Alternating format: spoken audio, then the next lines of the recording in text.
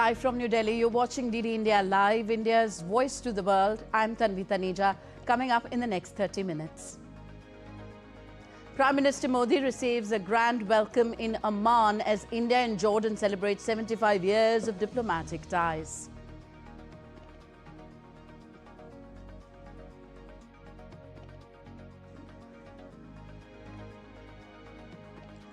Britain condemns what it calls politically motivated prosecution of Hong Kong media mogul Jimmy Lai. Lai's son urges the UK to do more to help free his father.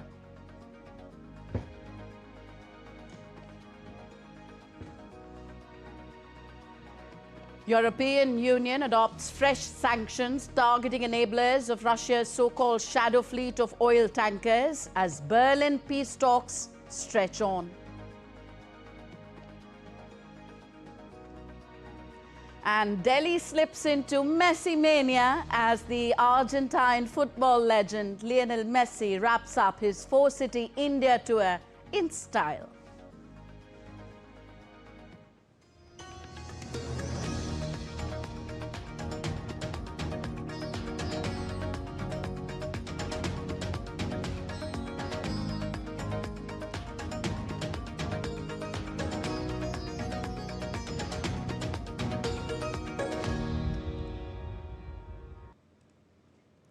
Prime Minister Narendra Modi arrived in Jordan's Amman on a two-day visit. Jordan's Prime Minister Jafar Hassan received Prime Minister Modi, along with Jordan's Prime Minister, Industrial Minister, Mayor of Amman, Governor of Amman, Director of Metropolitan Security were present to receive the Indian Prime Minister at the airport. This is Prime Minister Modi's first full-fledged bilateral visit to Jordan after a gap of 37 years. The visit is even more significant as India and Jordan are celebrating 75 years of diplomatic ties this year. Prime Minister Modi received a guard of honor upon his arrival in Amman. During the visit, Prime Minister Modi will hold talks with King Abdullah II to review the full spectrum of bilateral ties and exchange views on key regional and global developments.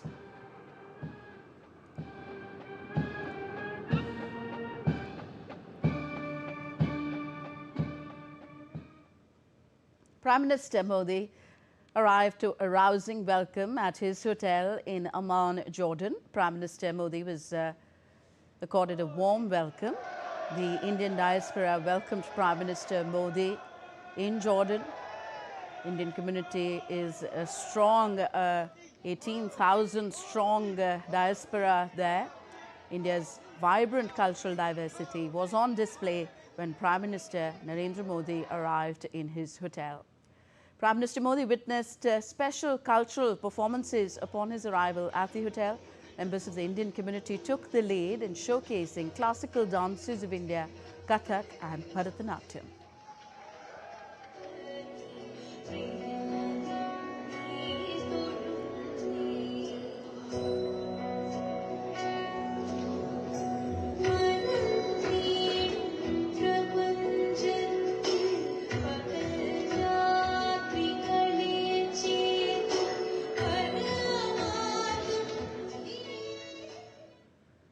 DD India's Tapas Bhattacharya spoke to the vibrant Indian community in Jordan. They were excited to meet the Prime Minister and said that it was once in a lifetime moment to meet Prime Minister Modi.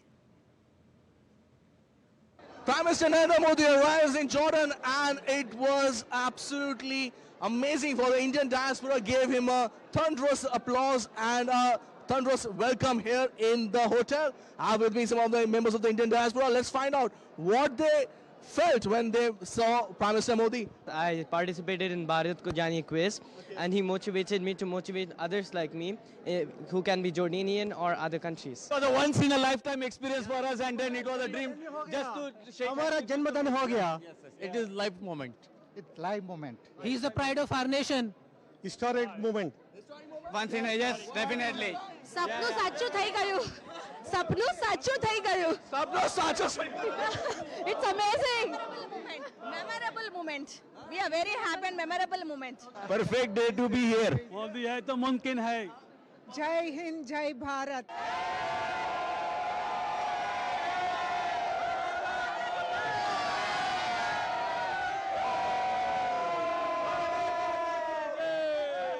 you were performing what, Kathak, Bharatanatyam. Bharatanatyam. How was feeling? I was also feeling, performing in front of Prime Minister Modi.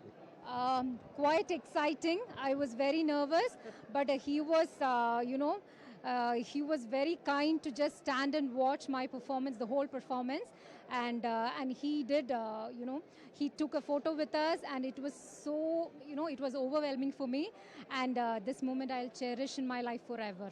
What about you? You were also performing. Yes, I was performing Kathak, and he was really humble to us, and he watched our performance like with the patience, which was really like a proud moment for me, and I felt really delighted. Prime Minister was going through, a lot of people were shouting his name. That must have been an adrenaline rush, isn't it? Yeah, it was such a surreal feeling to see him, and I just took a chance to shake his hand, and he shook back. So I was really happy about that. I am so thrilled. I don't know what to say, because when he passed by when I was standing there, I could not speak anything, because I wanted to shake my hand. I wanted to say that I share my birthday with him, but I couldn't say anything. I was speechless. I felt fabulous. I felt very kind, that he was very kind and generous. I talked to everyone. How was the feeling, with all these Indians shouting, taking Prime? Super, ceremony, we've never had such a ceremony in the hotel before. So the energy must have been amazing. Amazing. As I said, this is the first time we've had such a welcoming reception. It was really amazing. The Indian community in Jordan did a fantastic job.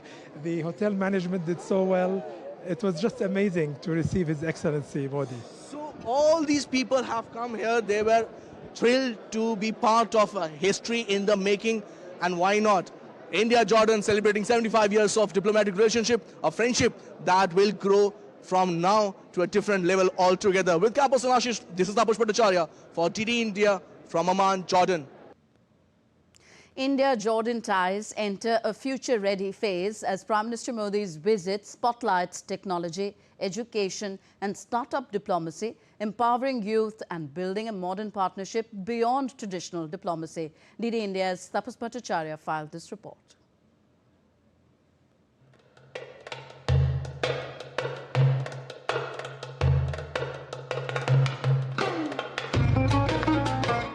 The future of India-Jordan relations is being powered by young minds, innovative ideas and technology-driven opportunities.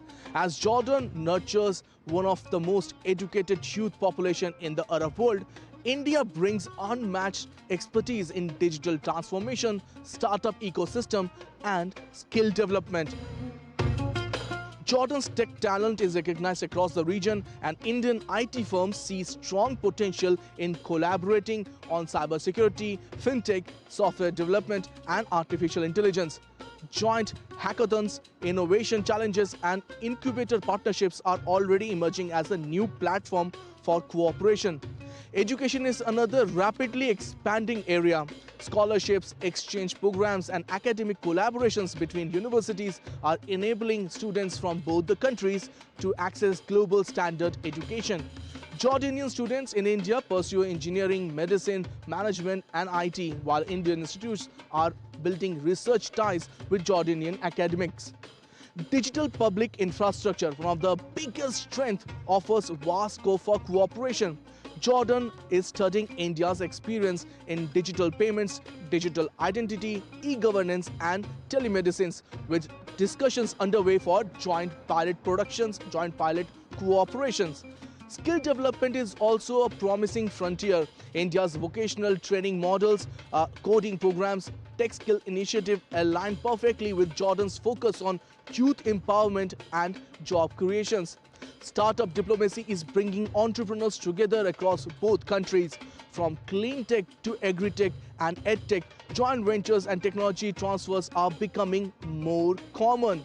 With Prime Minister Modi's visit, the Tech Education Partnership stands as one of the most transformative pathways for future growth, building a modern, innovation-led bridge between India and Jordan.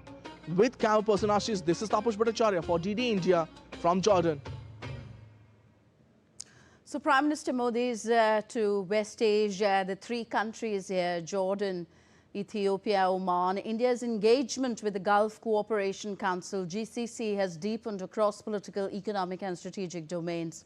The The partnership has been marked by a sustained high-level political exchanges, including Prime Minister Modi's 15 visits to the GCC countries since 2014. The first ever India-GCC joint ministerial meeting for strategic dialogue was held in Riyadh in September 2024, which adopted a joint action plan for 2024 to 2028.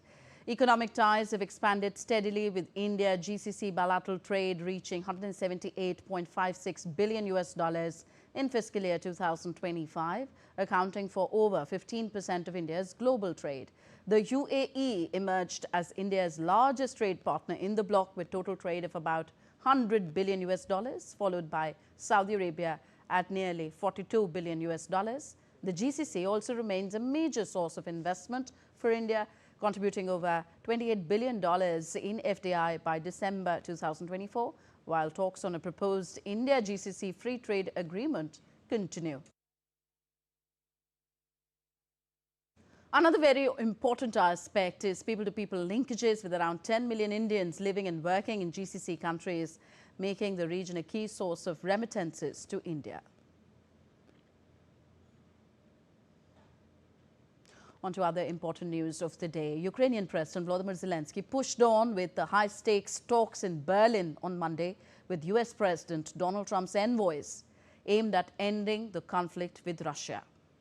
Trump's special envoy Steve Witkoff said on X that a lot of progress had been made during an initial hours-long meeting on Sunday that also involved the US President's son-in-law, Jared Kushner.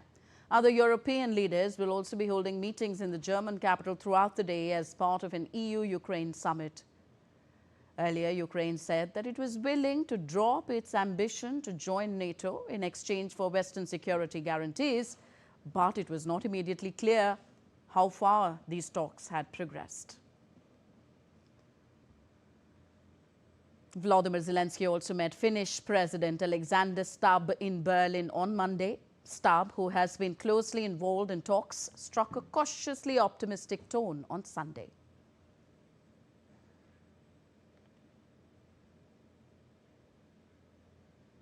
Amid all this, the Kremlin said that Ukraine not joining the US-led NATO military alliance was a fundamental question in talks on a possible peace settlement, and that it was the subject of special discussion.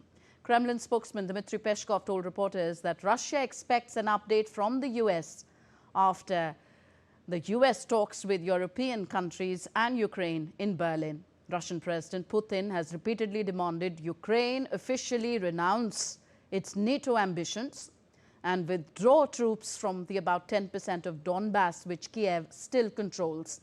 Moscow has also said that Ukraine must be a neutral country and no NATO troops can be stationed ever in Ukraine. Meanwhile, European Union Foreign Policy Chief Kaja Kallas said on Monday that taking over the Donbass region will not be Putin's end game.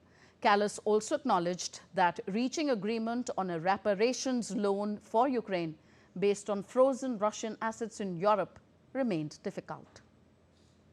We have to understand that Donbass is not Putin's endgame. If it gets Donbass, then the fortress is down, and then they definitely move on with taking the whole of Ukraine. And you know, if Ukraine goes, then other regions are also in danger. We know this from the history, and we should learn from history. Lithuanian Foreign Minister urged the EU to broaden sanctions against Belarus in response to the ongoing hybrid threats, including recent disruptions to air traffic. This FAC meeting is really important for Lithuania, as we expect that colleagues ministers will agree and the Council will pass the additional criteria for the Belarusian sanctions regime. We're adding 3 points additionally to the current sanctions regime related to the hybrid activities against the European Union. So as the day progressed, European Union foreign ministers adopted fresh sanctions targeting enablers of Russia's so-called shadow fleet of oil tankers as the bloc steps up pressure on Moscow over the conflict in Ukraine. An EU official said that measures hit 9 enablers linked to Russian oil giants Rosneft and Lukoil, including businessmen and shipping companies that own or manage tankers used to bypass existing sanctions. The package also adds 14 individuals and entities under the EU's hybrid threats sanctions framework. On to Asia now. Hong Kong's High Court on Monday found media mogul Jimmy Lai guilty on 2 charges. Lai pleaded not guilty to 2 charges of conspiracy to collude with foreign forces in the city's most high-profile trial under a China-imposed national security law and a charge of conspiracy to publish seditious material. Jimmy Lai faces a maximum penalty of life in prison when he is sentenced. Lai has already spent 5 years in jail, facing a slew of litigation under the sweeping security legislation that Beijing enacted in response to the 2019 protests. Hong Kong Police's National Security Department reiterated that the trial of pro-democracy media tycoon Jimmy Lai is quite transparent. I would like to reiterate that what we do is quite transparent. You can see that the trial for that is not something about the media. It's totally about a collusion activities with other countries, external power to endanger the national security. So something about the media, the freedom of the press, nothing about that. He indeed created the news. He used it to accomplish his own political agenda. That's our concern. Further, Britain has condemned what it called politically motivated prosecution of Hong Kong media mogul Jimmy Lai following his conviction under the national security laws on Monday. The UK Foreign Office said that the guilty verdict was unjust and renewed its call for Lai's immediate release. Meanwhile, Jimmy Lai's son, Sebastian Lai, at a press conference in London, urged the British government to take stronger action, saying his father's release should be made a condition for closer ties with China. In Bangladesh, students of Dhaka University marked Martyred Intellectuals Day on Monday with symbolic protests condemning collaborators of Pakistan's forces responsible for the killing of intellectuals during the 1971 Liberation War. Photographs of convicted war criminals linked to the 1971 atrocities were displayed. In separate demonstrations, students trampled symbolic Pakistani flags at entrances to several university halls, bearing messages such as "No compromise with Razakars." Protesters said that the actions were meant to ensure future generations remember the sacrifices of martyred intellectuals. The day was observed nationwide, with President Mohammad Shahabuddin and Chief Advisor Muhammad Yunus paying tributes at the Mirpur Memorial.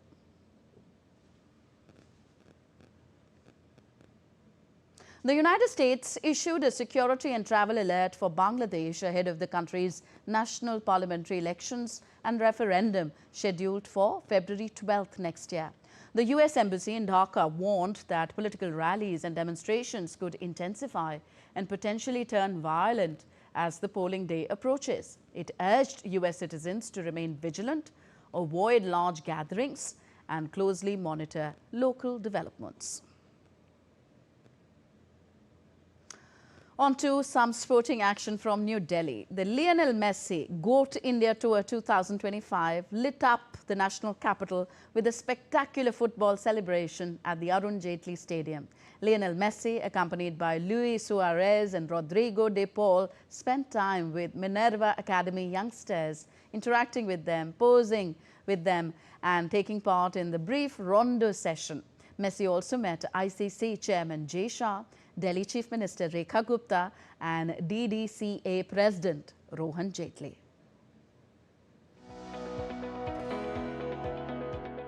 The final leg of the Lionel Messi GOAT India Tour 2025 concluded in grand style at the Arun Jaitley Stadium in New Delhi. An exhibition match between Minerva Messi All-Stars and Celebrity Messi All-Stars set the tone for the Delhi leg. The friendly contest was played in front of a packed and buzzing crowd. Fans witnessed a lively game filled with entertainment and footballing flair. A penalty shootout session added more excitement and kept the spectators on their feet. Lionel Messi later spent quality time with youngsters from the Minerva Academy. He interacted with the budding footballers and posed for photographs with them. Messi also joined the young players for a brief rondo session on the pitch, creating unforgettable moments. The football icon also met ICC Chairman Jai Shah, Delhi Chief Minister Rekha Gupta, and DDCA President Rohan Jaitley. Jai Shah presented Indian cricket team jerseys to the guests as a symbol of sporting unity. Messi was gifted a specially autographed cricket bat, blending footballing greatness with India's cricketing legacy. Adding to the moment, Jai Shah invited Messi to the upcoming T20 World Cup and presented him with a ticket. The Delhi leg of the tour celebrated not just Messi's greatness, but also the growing bond between the sport, youth, and inspiration in India. And with that, Lionel Messi's GOAT tour to India 2025 draws to a close. From Kolkata to Hyderabad and from Mumbai and finally the capital, the visit has ignited passion, belief and ambition among football fans and young players alike. The event is over, but the inspiration Messi leaves behind is set to shape countless dreams across India. Narayan Singh for DD India, New Delhi.